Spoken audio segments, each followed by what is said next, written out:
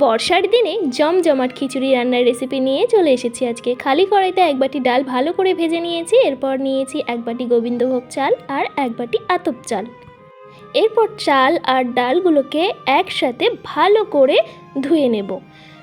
তারপর কড়াইতে তেল দিয়ে আদা জিরে শুকনো লঙ্কা বাটা দিয়ে চালগুলোকে তার মধ্যে দিয়ে দেব।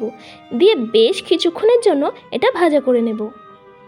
তারপর দিয়ে দেব স্বাদ মতো লবণ আর হলুদ গুঁড়ো।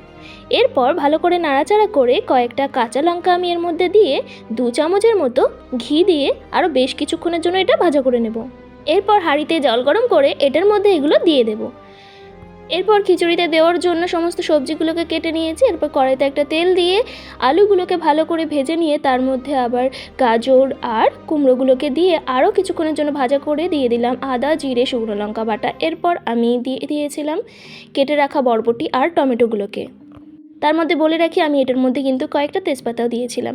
এরপর আমি দিয়ে দিয়েছিলাম লবণ হলুদ। তারপর আমি এটার মধ্যে দিয়ে দিয়েছিলাম একটু ধনে গুঁড়ো আর গোলমরিচ গুঁড়ো। ভেজে রাখা সবজিগুলো হাঁড়ির মধ্যে দিয়ে কিছুটা পরিমাণে তেল আর 2 চামচ ঘি দিয়ে আমি ভেজে নিয়েছিলাম বাদাম আর শুকনো লঙ্কা। এরপর দিয়ে দিয়েছিলাম কিশমিশ 5 ফোড়ন তেজপাতা। এগুলোকে সুন্দর করে ভেজে আমি খিচুড়ির মধ্যে এগুলোকে ঢেলে দিয়েছি। দিয়ে বেশ কিছুক্ষণের জন্য নাড়াচাড়া করে এটার মধ্যে দিয়ে দিয়েছিলাম গরম মশলা আর কিছুটা পরিমাণের দুধ। এরপর আমি এটাতে স্বাদ মতো চিনিও দিয়ে দিয়েছিলাম। দেখুন অলমোস্ট রেডি হয়ে গেছে।